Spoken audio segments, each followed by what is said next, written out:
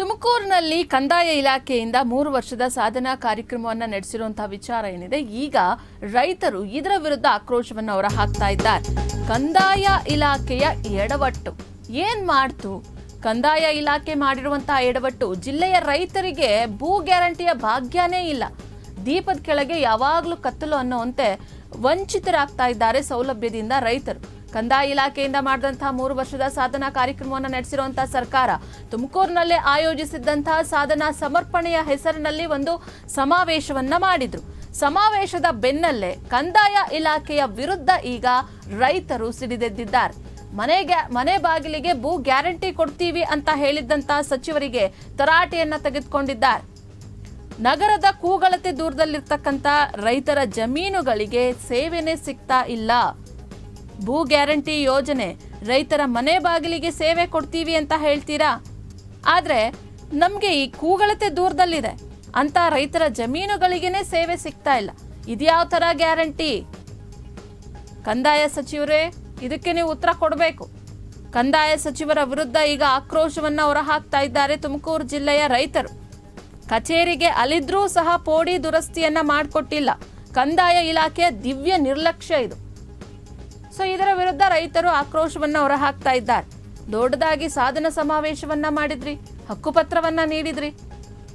ಈಗ ಆಗ್ತಾ ಇರೋಂಥದ್ದು ಏನು? ಜಿಲ್ಲೆಯಲ್ಲಿ ಜಮೀನು ಪೋಡಿ ದುರಸ್ತಿ ಮಾಡಿಕೊಡದೇ ಇರ್ತಕ್ಕಂಥ ಕಂದಾಯ ಅಧಿಕಾರಿಗಳ ವಿರುದ್ಧ ಈಗ ಆಕ್ರೋಶವನ್ನ ಹೊರಹಾಕ್ತಾ ಇದ್ದಾರೆ ರೈತರು. ತುಮಕೂರು ತಾಲೂಕಿನ ಪಂಡಿತ್ನಳ್ಳಿ ಗ್ರಾಮದ ರೈತರಿಂದ ಪೋಡಿ ದುರಸ್ತಿಗೆ ಆಗ್ರಹಿಸಲಾಗ್ತಾ ಇದೆ. ನೂರಾರು ರೈತರು, ಮಹಿಳೆಯರಿಂದ ಜಮೀನುಗಳ ಪೋಡಿ ದುರಸ್ತಿಗೆ ಆಗ್ರಹವನ್ನ ಮಾಡ್ತಾ ಇರುವಂತದ್ದು. ಸರ್ವೆ ನಂಬರ್ 23 ಸರ್ವೆ ನಂಬರ್ ಅಲ್ಲಿ ಪೋಡಿ ದುರಸ್ತಿಯನ್ನ ಮಾಡಿಕೊಡ್ಬೇಕು ಅಂತ ಹೇಳಿ ಒತ್ತಾಯವನ್ನ ಮಾಡಿಕೊಡ್ಲಾಗ್ತಾ ಇದೆ. ಜೊತೆಗೆ 23ಕ್ಕೂ ಹೆಚ್ಚು ಜನ ರೈತರಿಗೆ 1960ರಲ್ಲಿ ಭೂಮಿ ಮಂಜೂರಾಗಿತ್ತು. ಈವರೆಗೆ ಸರ್ವೆ ಪೋಡಿ ದುರಸ್ತಿಯನ್ನ ಮಾಡಿಲ್ಲ. ಇಲ್ಲಿವರೆಗೂ ಸಹ ಕಂದಾಯ ಇಲಾಖೆ ನಿರ್ಲಕ್ಷ್ಯವನ್ನೇ ವಹಿಸಿದೆ. ಪೋಡಿ ದುರಸ್ತಿ ಆಗದೆ ಇರತಕ್ಕಂಥ ಹಿನ್ನೆಲೆ ಅರಣ್ಯ ಇಲಾಖೆಯಿಂದ ರೈತರಿಗೆ ನಿತ್ಯ ಕಿರುಕುಳ ಆರೋಪ. ರೈತರ ಜಮೀನಿನಲ್ಲಿ ಜೆಸಿಬಿಯಿಂದ ಟ್ರಂಚ್ ನಿರ್ಮಾಣ ಮಾಡಿ ಅರಣ್ಯ ಇಲಾಖೆನೂ ಕೂಡ ಈ ರೀತಿಯಾದಂಥ ಕಿರುಕುಳವನ್ನ ನೀಡ್ತಾ ಇದೆ. ಜಮೀನುಗಳು ಅರಣ್ಯ ಇಲಾಖೆಗೆ ಸೇರುತ್ತೆ ಅಂತ ಹೇಳಿ ಟಾರ್ಚರ್ ಕೊಡ್ತಾ ಇದ್ದಾರೆ. ಮಂಜೂರಾಗಿರೋನ್ನ ಭೂಮಿಯನ್ನ ಪೋಡಿ ದುರಸ್ತಿ ಮಾಡಿಕೊಡಿ, ಯಾಕೆ ಇದ್ರ ಬಗ್ಗೆ ನಿರ್ಲಕ್ಷ್ಯವನ್ನ ವಹಿಸ್ತಾ ಇದ್ದೀರಾ? ಒಟ್ನಲ್ಲಿ ಏನು ರೈತರು ಕೇಳ್ತಾ ಇರೋವಂಥದ್ದು, ನಮಗೆ ಪೋಡಿ ದುರಸ್ತಿಯನ್ನ ಮಾಡಿಕೊಡಿ, ನಿರ್ಲಕ್ಷ್ಯವನ್ನ ಮಾಡಬೇಡಿ. ಇಲ್ಲಾಂದ್ರೆ ಅರಣ್ಯ ಇಲಾಖೆಯವರು ಬರ್ತಾರೆ, ಇದು ಅರಣ್ಯ ಇಲಾಖೆಗೆ ಸೇರುತ್ತೆ ಅಂತ ಹೇಳ್ತಾರೆ. ಮಂಜೂರಾಗಿರುವಂಥ ಜಮೀನಿಗೆ ಪೋಡಿ ದುರಸ್ತಿ ಮಾಡ್ಕೊಡೋದಕ್ಕೆ ಇಷ್ಟು ತಡ ಯಾಕೆ ಮಾಡ್ತಾ ಇದ್ದೀರಾ? ಅರಣ್ಯ ಇಲಾಖೆಯಿಂದ ನಮಗೆ ಮುಕ್ತಿ ಕೊಡಿ ಅಂತ ಹೇಳಿ ರೈತರು ಸಹ ಆಗ್ರಹಿಸ್ತಾ ಇದ್ದಾರೆ. ಇನ್ನು ಈ ವಿಚಾರಕ್ಕೆ ಸಂಬಂಧಪಟ್ಟಂತೆ ರೈತ ಮಹಿಳೆ ಜಯಮ್ಮ, ಮಾಜಿ ನಗರ ಪಾಲಿಕೆ ಸದಸ್ಯ ಲೋಕೇಶ್ ಮಾತನಾಡಿದ್ದಾರೆ. ನೋಡು, ಇಲ್ಲಿ ವ್ಯವಸಾಯ ಮಾಡಕ್ಕೆ ಬರ್ತೀವಿ, ಪಾಲಿಷ್ಟ ಅಧಿಕಾರಿಗಳು ಬಂದ್ಬಿಟ್ಟು ಯಾವಾಗಲೂ ಒಂದು ಹುಲ್ ತುಂಬಕ್ಕೆ ಬಿಡಲ್ಲ, ಒಂದು ಮ್ಯಾಲ್ಕ್ ಹೋಗಕ್ಕೆ ಒಂದು ಜಾಡಿಲ್ಲ, ಒಂದು ಜಾಗ ಬಿಡಲ್ಲ, ಎಲ್ಲದಕ್ಕೂ ತೊಂದರೆನೇ ಅವ್ರು ಮಾಡೋದು. ಯಾವಾಗ ಬೆಳೆ ಇಕ್ಕದಾಗ ಸರಿಯಾಗಿ ಬರ್ತಾರೆ, ಟ್ರಂಚ್ ಹೊಡಿತಾರೆ, ಗಲಾಟೆ ಮಾಡ್ತಾರೆ, ಏನೈತೆ ನಿಮ್ದು ಅಧಿಕಾರ, ಇಲ್ಲೇನೈತೆ ತರ್ರಿ ಅಂತಾರೆ. ಯಾವಾಗ ಜನಕ್ಕೆ ತೊಂದರೆ ಕೊಡ್ತಿರೋದೆ ಅವರು. ಒಂದು ಗಾಡಿಗಳು ಹೋಗೋಕ್ಕೂ ಸಮೇತ ಜಾಡಿಲ್ಲ, ಒಂದು ಹುಲ್ ತಂಬರಕ್ಕೂ ಹೋಗೋಕ್ಕೂ ಮ್ಯಾಗಡಿಗೆ ಹೋದ್ರೆ ಟ್ಯಾಕ್ಟ್ರುಗಳು ಅವು ತಡೀತಾರೆ. ಏನು ತುಂಬ್ಕೊಂಬತ್ತೀರಾ, ಏನು ಮಾಡ್ತೀರಾ ಅಂತ ಏನನ್ನ ಒಂದು ಸೌದೆ ತರಂಗಿಲ್ಲ, ಸೊಪ್ಪು ತರಂಗಿಲ್ಲ, ಹೋಗಂಗಿಲ್ಲ. ನಮ್ಗೆ ಇರೋದೇ ಅದು ಜಮೀನು ದುಡ್ಕೊಂಡು ತಿನ್ನೋಕ್ಕೆ. ಅದನ್ನು ಬಿಟ್ಟರೆ ಏನು ಜೀವನ ಮಾಡೋಕೆ ಇಲ್ವೇ ಇಲ್ಲ ನಮಗೆ ರೈತರಿಗೆ. ಅದಕ್ಕೂ ಬಂದು ಯಾವ ಕೊಂದಕ್ಕೂ ತಡೀತಾನೆ ಇರ್ತಾರೆ. ಯಾವಾಗಲೂ ಅವರೇ ತೊಂದರೆ ಕೊಡೋದು ಯಾವಾಗ್ಲೂ. ಈ ಗೌರ್ಮೆಂಟ್ ನಮ್ಗೆ ಏನೋ ಆಧಾರ ಕೊಟ್ಟಿದ್ರೆ ನಮ್ಗೆ ಈ ಥರ ಆತಿರಲಿಲ್ಲ. ದುಡ್ಕೊಂಡು ತಿನ್ನೋರಿಗೆ ಅದು ಇರೋದೇ ಅದು ನಮಗೆ ದುಡ್ಕೊಂಡು ತಿನ್ನೋಕ್ಕೆ. ಅದನ್ನು ಬಿಟ್ಟರೆ ಏನು ಮಾಡೋಣ ಅಂತ, ಏನು ಮಾಡಬೇಕು ಅಂದರೆ ನಮಗೆ ಸಹಕಾರ ಕೊಡಬೇಕು, ಅದನ್ನ ನಮ್ಮಂತೆ ಮಾಡಿಕೊಡ್ಬೇಕು ಗೌರ್ಮೆಂಟವರು. ದುರಸ್ತಿ ಪೋಡು ಎಲ್ಲ ಮಾಡ್ಕೊಡ್ಬೇಕು ಸ್ವಾಮಿ. ನಾವು ಎಷ್ಟು ಸಲ ಪೋಡಿಗೆ ಹಾಕಿದೀವಿ, ಎಷ್ಟು ಸಲ ದುರಸ್ತಿಗೆ ಹಾಕಿರೋ. ಮತ್ತೆ ನಮ್ಮ ಅವರ್ ಇದ್ದಾಗ್ಲಿಂಟನೂ ಇಲ್ಲ, ಕಲ್ಲಾಕಿ ಕೊಟ್ಟಿಲ್ಲ, ಸಾಗುವಳಿ ಚೀಟಿ ಕೊಟ್ಟಿಲ್ಲ. ಒಂದು 40-45 ಜನ ಅವ್ರಿ ಸ್ವಾಮಿ. ಎಲ್ಲ ಅದೇ ಯಾವ್ಯಾವ ಎಷ್ಟೆಷ್ಟು ಎಕರೆ.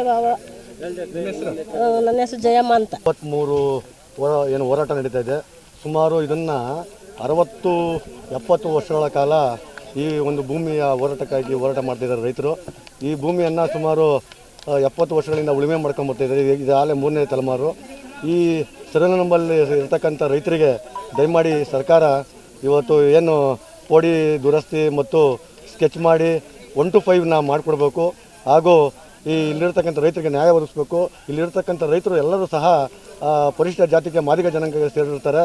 ಹಾಗೂ ಇಲ್ಲಿರ್ತಕ್ಕಂಥ ಎಲ್ಲ ರೈತರಿಗೂ ಸಹ ಸರ್ಕಾರ ಒಂದು ಭೂಮಿಯನ್ನು ಕೊಟ್ಟು ಅವರಿಗೆ ಅದ್ಭುತ ಮಾಡಿಕೊಡ್ಬೇಕು ಅಂತ ಹೇಳಿ ಈ ಮುಖಾಂತರ ನಾವು ಮನವಿ ಮಾಡ್ತಾ ಇದ್ದೀವಿ. ಈಗ ಇಷ್ಟು ವರ್ಷದಿಂದ ಸಿಟಿ ಪಕ್ಕದಲ್ಲೇ ಇದೆ, ಯಾಕೆ ದುರಸ್ತಿ ಯಾಕೆ ಮಾಡಿಕೊಡ್ತಾ ಇಲ್ಲ ಸರ್ಕಾರದ ಕಾರಣ ಏನಿಲ್ಲ ಸರ್. ಈಗ ಅರಣ್ಯ ಇಲಾಖೆಯವರು ನಮಗೆ ಸೇರ್ಬೇಕು ಅಂತಾರೆ, ರೆವಿನ್ಯೂ ಇಲಾಖೆಯವರು ನಮಗೆ ಸೇರ್ಬೇಕು ಅಂತಾರೆ.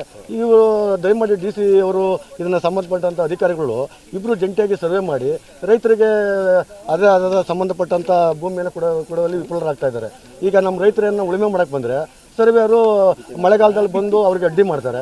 ಯಾವುದೇ ತರಹದ ಉಳುಮೆ ಮಾಡೋಕ್ಕೆ ಜಾಗ ಕೊಡಲ್ಲ, ದಬ್ಬಾಳಿಕೆ ಮಾಡ್ತಾರೆ ಫಾರೆಸ್ಟ್ನವರು. ಅದನ್ನು ಕೇಳಕ್ಕೆ ಬಂದು ರೈತರ ಮೇಲೆ ದಬ್ಬಾಳಿಕೆ ಮಾಡಿ ಹಾಕ್ತಾರೆ. ಮಳೆಗಾಲದಲ್ಲಿ JCP ಗಿಡ ನೆಡೋದು ಇಂಥವು ಮಾಡ್ಕೊಂಡು ರೈತರ ಮೇಲೆ ದಬ್ಬಾಳಿಕೆ ಮಾಡ್ತಾರೆ. ಕೊಡುವಾಗ ಇದು ಅರಣ್ಯ ಜಮೀನು ಅಂತ ಮಂಜೂರು ಕೊಟ್ಟಿದ್ರ ಅಥವಾ ಏನಾರು ಇಲ್ಲ ಇದು ಯಾವುದಿಲ್ಲ, ಖಾಲಿ ಜಾಗ ಇದ್ದಿತ್ತು. ಇಲ್ಲಿ ಖಾಲಿ ಜಾಗ ದರಖಾಸ್ತಲ್ಲಿ ಕೊಟ್ಟಿರೋ ಜಮೀನು ಇದು. ಅವತ್ತು ಇಲ್ಲ ಇದು ಗೋಮಳ ಜಾಗನೇ ಸರ್ಕಾರದಲ್ಲಿ ಇತ್ತು. ಯಾವುದೇ ತರಹದ ಗಿಡಗಳಿಲ್ಲ, ಏನು ಇರಲಿಲ್ಲ ಅವಾಗ ಆಗಿನ ಕಾಲದಲ್ಲಿ. ಅರಣ್ಯ ಕಾಲಕ್ಕೆ ಸಂಬಂಧಪಟ್ಟಿಲ್ಲ ಇದು. ಆಮೇಲೆ ಇವರು ಕಾರಣಾಂತರಗಳಿಂದ ಮುಂದೆ ಸರ್ಕಾರಗಳು ವಿಭಜನೆ ಆದ ನಂತರ ಇವರೆಲ್ಲ ಇದನ್ನ ಮಾಡ್ಕೊಂಡು ಗಿಡ ಇಡೋದು, ಮಳೆಗಾಲದಲ್ಲಿ ರೈತರಿಗೆ ಅನಾನುಕೂಲ ಮಾಡೋದು, ಈ ರೀತಿ ಮಾಡಿ ನಮ್ಮ ರೈತರನ್ನ ಒಕ್ಕಲಿಸುವಂಥ ನಿಟ್ಟಿನಲ್ಲಿ ಕೆಲಸ ಕಾರ್ಯಕ್ರಮ ಮಾಡ್ತಾ ಇದ್ದಾರೆ. ಇದರಲ್ಲಿ ದಯಮಾಡಿ ನಮ್ಮ ರಾಜ್ಯ ಸರ್ಕಾರ ಇವತ್ತು ಏನಾದರೂ ಮಾಡಿ ನಮ್ಮ ಕೃಷ್ಣ ಬೋರಿಗೌಡರಿದ್ದಾರೆ, ನಮ್ಮದೇ ಸಮುದಾಯದಂಥ ಡಾಕ್ಟರ್ G. ಪರಮೇಶ್ವರ್ ಸಾಹೇಬರು ಇದ್ದಾರೆ. ದಯಮಾಡಿ ನಮ್ಮ ರೈತರಿಗೆ ಅನುಕೂಲ ಮಾಡಿಕೊಡ್ಬೇಕು ಅಂತ ಈ ಮುಖಾಂತರ ಅವರಿಗೆ ನಾನು ಮನವಿ ಮಾಡ್ತಾ ಇದ್ದೀನಿ. ಹಾಗೆಯೇ ನಮ್ಮ ಸುರೇಶ್ ಗೌಡ್ರವರು ಇವತ್ತು ಕಾರ್ಯಕ್ರಮಕ್ಕೆ ಬರಬೇಕಾಯ್ತು. ಭೂ ಗ್ಯಾರಂಟಿ ಅಂತ ಕೊಡ್ಲಿಕ್ಕೆ ಹೊರಟಿದೆ. ಹೌದು. ಸೊ ನಿಮ್ಗೆ ಈ ಥರದ ಅನ್ಯಾಯ ಆಗ್ತಾ ಇದ್ರು ಕೂಡ ಅಧಿಕಾರಿಗಳು ಸ್ಪಂದಿಸ್ತಾ ಇಲ್ಲ. ಅಧಿಕಾರಿಗಳು ಸ್ಪಂದಕ್ಕೆ ಈಗ ನಮ್ಮ ಮೊನ್ನೆಲ್ಲ ದೊಡ್ಡ ಕಾರ್ಯಕ್ರಮ ತುಮಕೂರು ನಗರದಲ್ಲಿ ಕಂದಾಯ ಸಚಿವರು ಮಾಡಿದರು, ಹಾಗೂ ಇಡೀ ರಾಜ್ಯ ಸರ್ಕಾರ ನಿಲ್ಲಿತ್ತು. ಇಂಥವನ್ನ ಗಮನದಲ್ಲಿಟ್ಟು ಬಡವರಿಗೆ ಅನುಕೂಲ, ಯಾರಿಗೂ ಸಹ ಅಂಗೈಯಾಗಲ್ಲ ಜಾಗ ಇಲ್ಲ ಸರ್. ನಿಮಗೂ ಭೂ ಗ್ಯಾರಂಟಿ ಕೊಡಿ.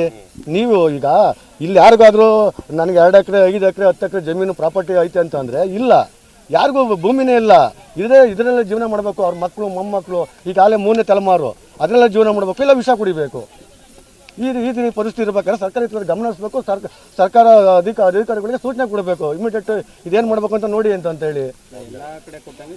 ಎಲ್ಲ ಕಡೆ ಇಡೀ ತುಮಕೂರು ಜಿಲ್ಲೆಯಲ್ಲೆಲ್ಲ ಮೊನ್ನೆ ಕಾರ್ಯಕ್ರಮ ಮಾಡಿದ್ದಾರೆ ಭೂ ಗ್ಯಾರಂಟಿ ಯೋಜನೆ ಅಡಿಯಲ್ಲಿ. ನಮಗೂ ಆ ರೀತಿ ಪರಿಶೀಲನೆ ಮಾಡಿ ನಮಗೆ ಕೊಡಿ.